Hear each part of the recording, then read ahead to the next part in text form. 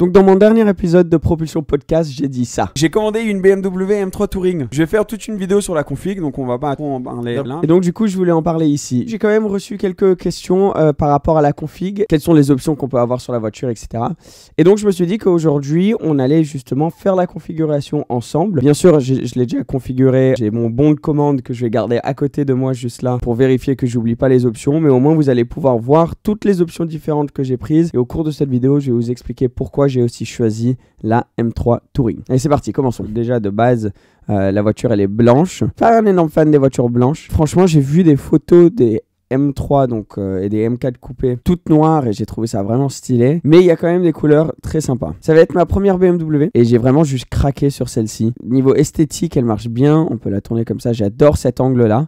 Je préfère l'arrière à l'avant. Je m'habitue encore un peu à cette calandre avant. Je pense que quand je la verrai en vrai, parce que j'en ai jamais vu une en vrai encore, je vais m'y habituer un peu plus. Donc directement, j'ai décidé, ok, non, on va pas partir sur le blanc.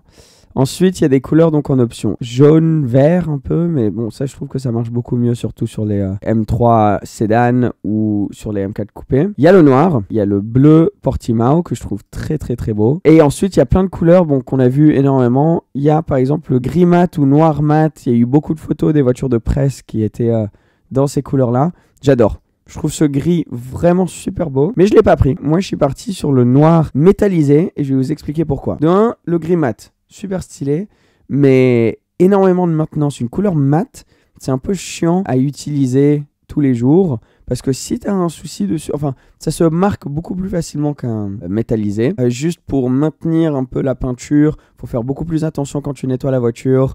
Faut la nettoyer avec des produits spécifiques. J'avais eu une Lotus Elise qui était en noir mat et je me rappelle que c'était quand même assez galère. Et l'idée avec cette voiture, c'est que je vais vraiment l'utiliser. Je vais énormément rouler avec. J'ai envie de partir en montagne avec. J'ai vraiment envie de la mettre dans toutes sortes de scénarios et j'ai pas envie d'être stressé par rapport à une peinture mat sur une voiture supposée être pratique et avec laquelle je peux rouler beaucoup. J'ai choisi le noir métallisé comme celui-ci, aussi parce que ça fait une bonne base si je veux faire un covering un jour. Au niveau des portières, c'est beaucoup plus cher quand tu fais un covering et que tu le fais à l'intérieur au niveau des portières.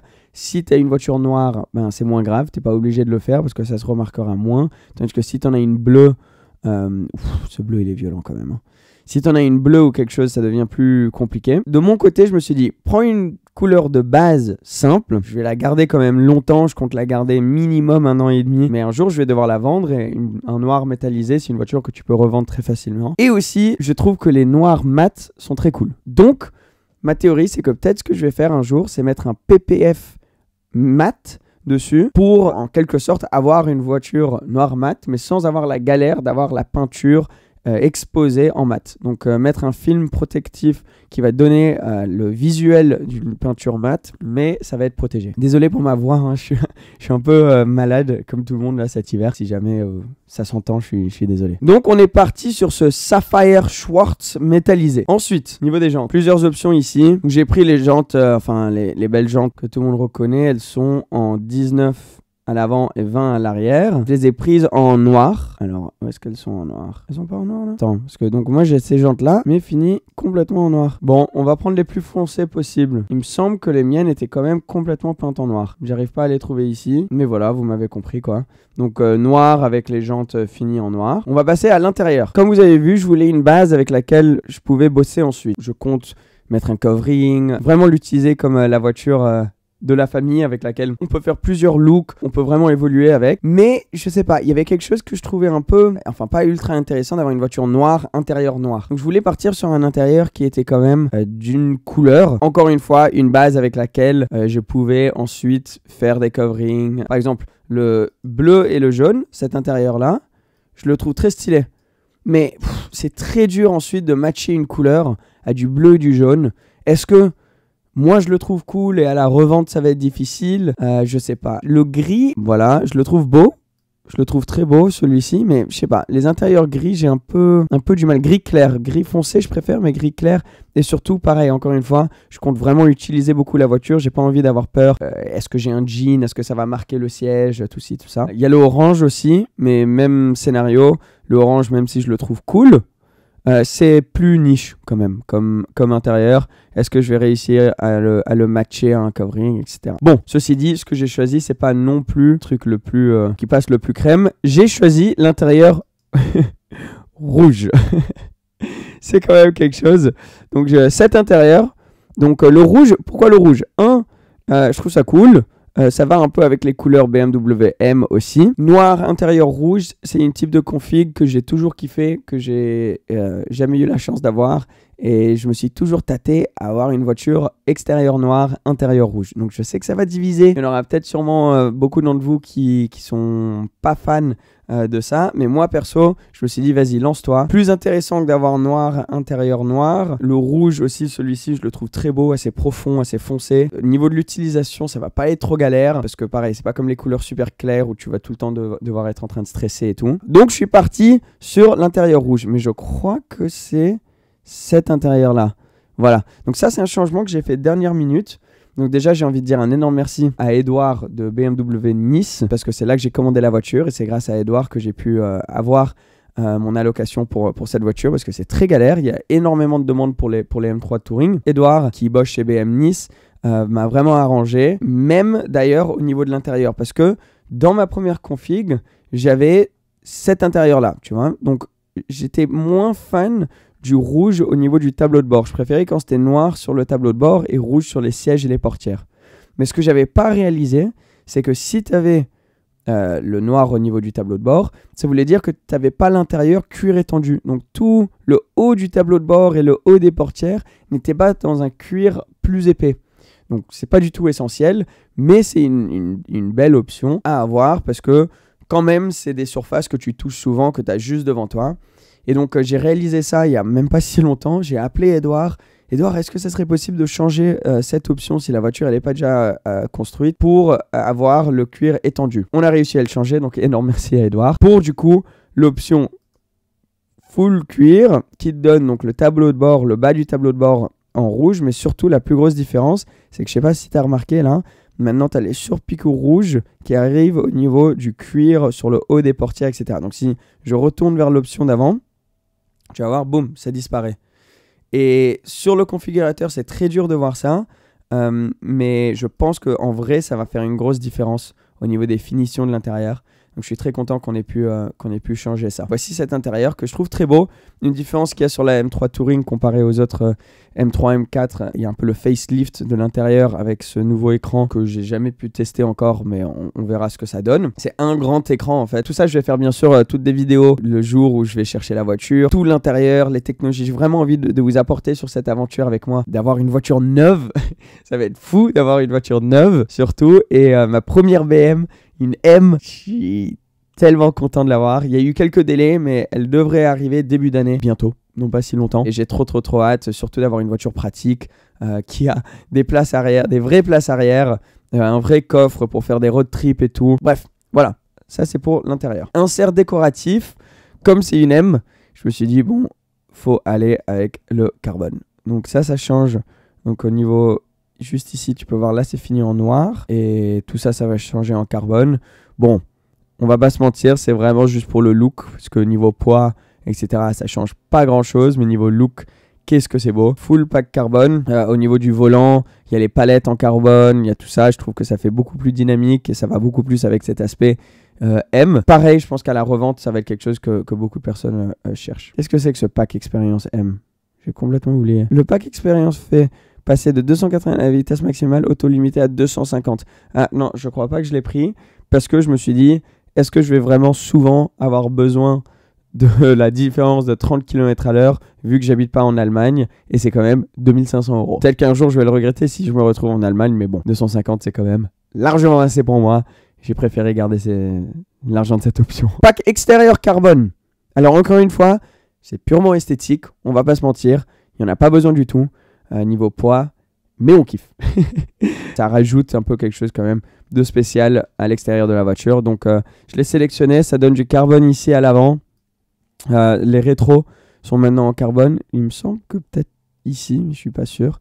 Et surtout, c'est le diffuseur arrière là qui finit en carbone. Ça, je suis très fan. Il y a aussi des pièces en carbone qu'on peut acheter chez BMW. C'est des pièces M Performance. Il y a beaucoup des voitures presque qui sont déjà sorties avec beaucoup des pièces M Performance. Mais j'ai vu vite fait les prix, c'est très cher. Donc pour l'instant, j'ai aucune pièce M Performance. Je vais prendre la voiture comme ça. C'est déjà un sacré truc pour moi. Je vais devoir rouler avec avant de me permettre de pouvoir potentiellement mettre des nouvelles pièces dessus. Pour l'instant, il n'y aura pas de pièce M Performance, mais peut-être un jour, je sais pas. Mais pour l'instant, on reste avec la voiture comme ça. Ajouter plus d'options. Ouais, parce qu'il y en a quand même plus là qu'on n'a pas fait. Omission sigle. Donc moi, j'ai laissé. Il y a une option que je suis pas sûr qu'on peut rajouter maintenant. Ah si, là, logo historique 50 ans BMW Motorsport. Donc ça, je trouve ça très cool. Tu as un logo spécifique pour fêter les 50 ans. Donc tu le vois peut-être à l'avant là. Il est un peu plus grand avec les finitions blanc et bleu comme ça. Pareil à l'arrière. Et donc la voiture, elle aura ce logo là. Donc ça va être très sympa. Le jour où je vais aller la chercher, vous allez la connaître par cœur comme moi. Qu'est-ce qu'on a d'autre? Application galvanisée pour les éléments de commande. Je l'ai pris. Donc ça veut dire que les finitions sont juste un peu mieux à l'intérieur. J'ai le vitrage calorifuge. Volant chauffant. Oui. Parce que je compte avoir la voiture donc très souvent sur Genève où il peut quand même faire froid. Aller au ski, tout ça. Et là, c'est quand même sympa d'avoir le volant chauffant. Ceinture de sécurité noire avec liseré aux couleurs M. Oui, parce que c'est une M, donc on va y aller à fond. Alors, les feux Shadowline M. T'as vu les petites finitions en bleu? Là, un, je trouve que c'est beau. Et deux, les feux, quand même, c'est quelque chose d'important. Frein M composite rouge. Donc, comme on a l'intérieur rouge, je me suis dit, et on va retourner à la page où on peut voir la voiture, que ça pourrait faire sympa d'avoir quand même un détail rouge sur l'extérieur. Donc les bleus, je les trouvais très beaux, les étriers bleus. Mais c'est vrai que quand tu as les étriers bleus, intérieur rouge, ça commence à faire beaucoup de couleurs. Noir, étrier rouge, intérieur rouge, je trouve ça plus clean. Donc je suis parti avec les étriers rouges, non céramique, parce que c'est juste une option qui coûte une blinde. Et je pense pas que je vais vraiment en avoir besoin. Et aussi, comme je compte rouler beaucoup avec la voiture, à chaque fois que tu dois les remplacer, ça coûte beaucoup plus si c'est les céramiques. Donc du coup, je suis avec les freins en acier, mais étrier rouge pour complémenter l'intérieur rouge. Et là, on peut voir les feux Shadowline aussi. Donc voilà, elle commence à prendre un peu forme avec son carbone, etc. autour. Donc j'espère que vous allez aimer. Je suis sûr qu'il y a beaucoup d'entre vous qui ont des goûts complètement différents. Donc si jamais vous voulez aller faire votre config à vous, ce configurateur, c'est juste celui du site BM sur lequel je suis maintenant. Donc tout le monde peut le faire. Vitrage calorifuge. Ça, je l'ai. Donc c'est les vitres teintées, il me semble. Est-ce qu'on peut voir une description? Durant la saison chaude, le vitrage calorifuge empêche tous les réchauffements excessifs de l'habitacle. Le vitrage teinté, plus foncé à partir des montants centraux, absorbe davantage les rayons du soleil. La teinte foncée des vitres. Ok, ouais, c'est vite teinté en gros. Je sais pas du tout si ça vous intéresse de savoir tout ça, la famille. Quand même, reçu 2-3 messages, on aimerait bien voir la config. Et donc si on le fait, je vous montre tous les petits détails. Donc peut-être que vous en avez complètement rien à foutre de tout ça. Ou peut-être que justement ça vous intéresse de faire la config avec moi. Parce que l'idée avec tout ça, c'est depuis que j'ai commencé la chaîne française, c'est la première voiture neuve que je vais recevoir. Donc j'ai vraiment envie de vous amener sur l'aventure avec moi et que vous puissiez avoir la sensation de commander et d'être propriétaire de cette voiture avec moi. Donc accès confort, ça c'est très pratique quand même. Le système IFI Harman & Kardon, qui est 700 €, c'est cher, c'est sûr pour un système sono, mais tu peux voir avec d'autres marques, il y a des systèmes sono qui coûtent une blinde, mais pas possible.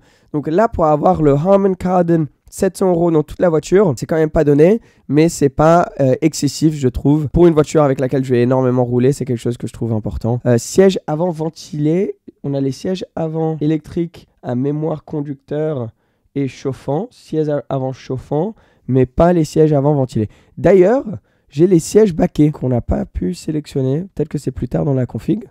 Parce que là, c'est tous les trucs service. Donc là, il y a tous les trucs. Donc frein M carbone céramique, comme vous pouvez voir, 8850 €. Donc bon, très beau, etc. Mais trop cher. On n'avait pas le choix là, les gars. Rétroviseur rabattable intérieur, extérieur gauche. Ouais, tout ça, on a. Donc tout ça, ça vient standard. Siège M Sport, donc c'est standard. Mais les sièges qu'on a pris, nous, est-ce qu'ils vont nous laisser les sélectionner? Non! Pourquoi ils sont pas là? Pourquoi on peut pas choisir les sièges baquets? Est-ce que j'ai loupé un endroit? Très bizarre parce que ça fait une grosse différence au niveau de l'intérieur. Bon, je vais vous trouver une photo de la config, de ma config précise. Voilà. Maintenant, vous pouvez voir l'intérieur. Donc, toutes les surpiqûres couleur M. Alors, la seule différence, comme on avait dit, c'est que là, ça va être fini en rouge. donc le bas du tableau de bord. Là, vous voyez, ça, c'est pas du vrai cuir, c'est un simili-cuir un peu. Donc, c'est ici dont je vous parlais qu'on va changer. Mais du coup, là, sur cette config-là, on a les sièges baquets. Donc, la voiture va arriver avec les sièges baquets. Donc, le milieu du siège en alcantara. Là, le bout des sièges en cuir. Il me semble que le cuir rouge, quand on choisit le cuir rouge, c'est le seul où il y a du cuir sur cette partie du siège juste là. Ce qui peut être un petit souci parce que quand même, tu frottes souvent là. Ça peut avoir un petit peu plus d'usure, je pense, que sur les autres intérieurs. Mais bon. J'ai appris ça une fois qu'on avait déjà confirmé la config et j'adore cet intérieur rouge, je le trouve tellement beau.